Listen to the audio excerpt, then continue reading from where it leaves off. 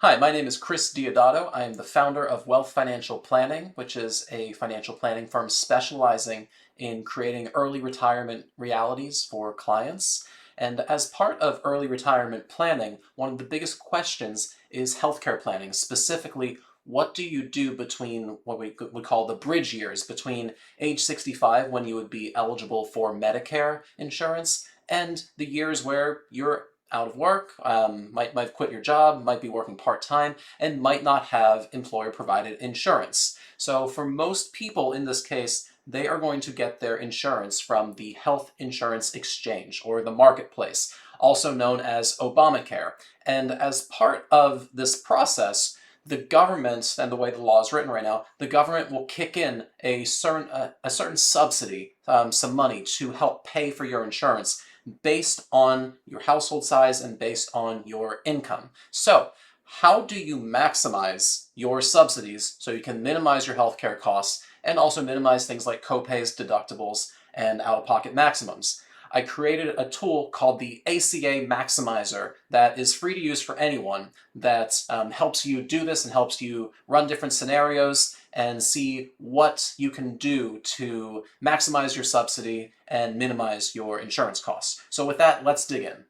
This is the ACA, or Obamacare Subsidy Maximizer tool, that I created, and that is named after the 2010 law that put the health insurance marketplace into existence. And we're going to run through a case study for a early retired couple. So let's say, before age 65, you're not eligible for Medicare. So let's take someone or a couple that retired at age 62. So 62 for the primary, 62 for the spouse. It's a two-person household. Let's say they live in Florida. We're going to put the early retirement profile or early retiree profile in here for them. And let's think about their sources of income. Let's say they're 62. Let's say one of them is taking Social Security and they're getting, let's say, $20,000 per year.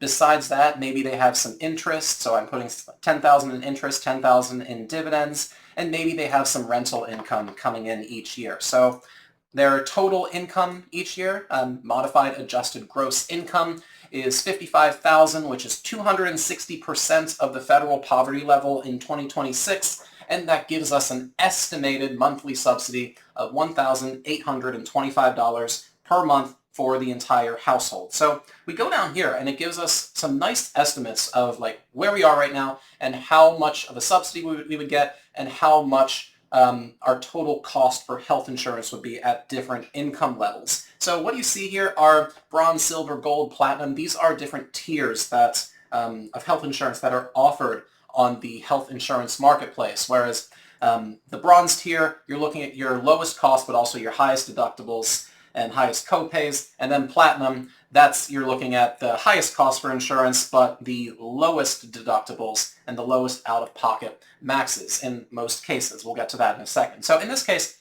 this early retired couple, if they want to get, say, a silver plan, which is okay insurance, $5,000 deductible, after using their subsidy, on average, they would be looking at paying just under $400 a month for health insurance, which is super affordable, especially given that the full premium estimate in this case would be over $2,000 per month.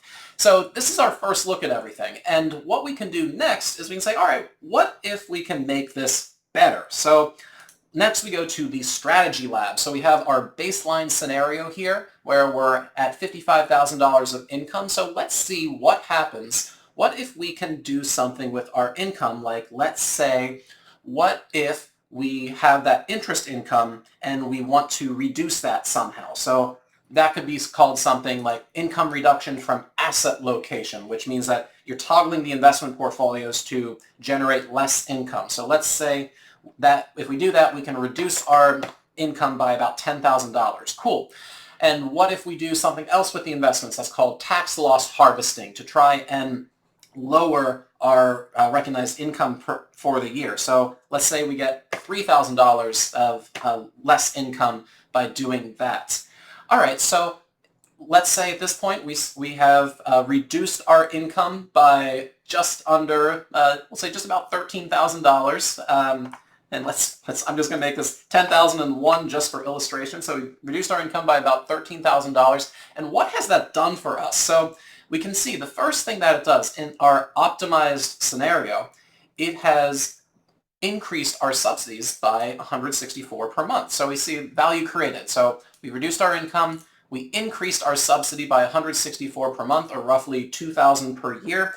We have some estimated tax savings by doing this. But the big one here is that you see over here the silver deductible drops from $5,000 to $750. What the heck is that?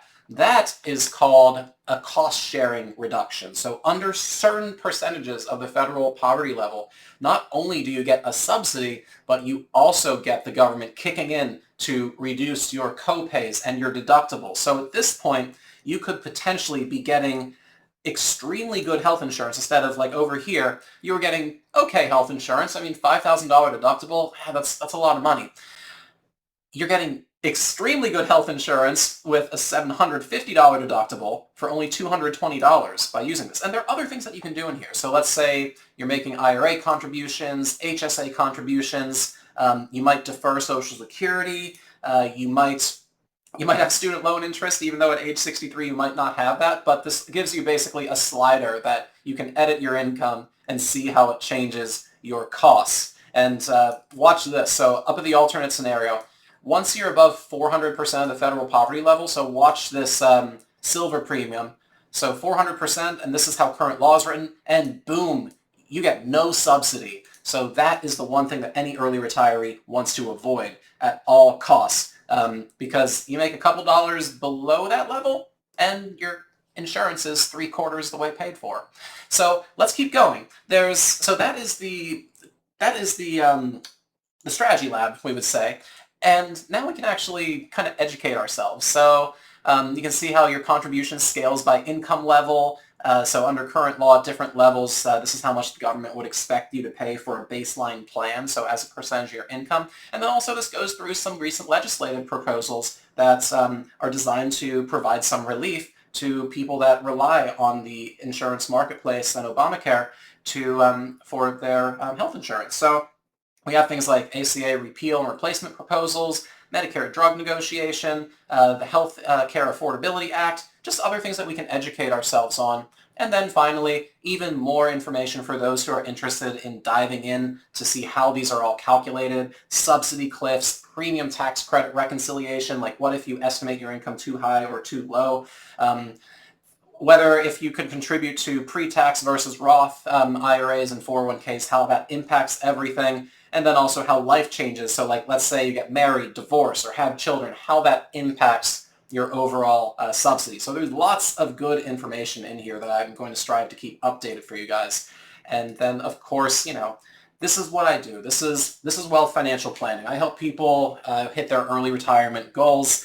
I help optimize their investments, their health insurance, their Social Security, their Medicare, get them on a path to say, all right, you want to retire at this age, you want to have this kind of life, this is what you need to do between now and then. And then also, of course, strategies to reduce your lifetime tax burden. So anything that involves your finances, whether it's investing, debt, insurance, estate planning, retirement planning, Medicare, Social Security, healthcare, I do. So from here, you can always book a free consultation with my company, WELLth Financial Planning. It's a complimentary call. I would love to hear your story, see if I can help you out in any way.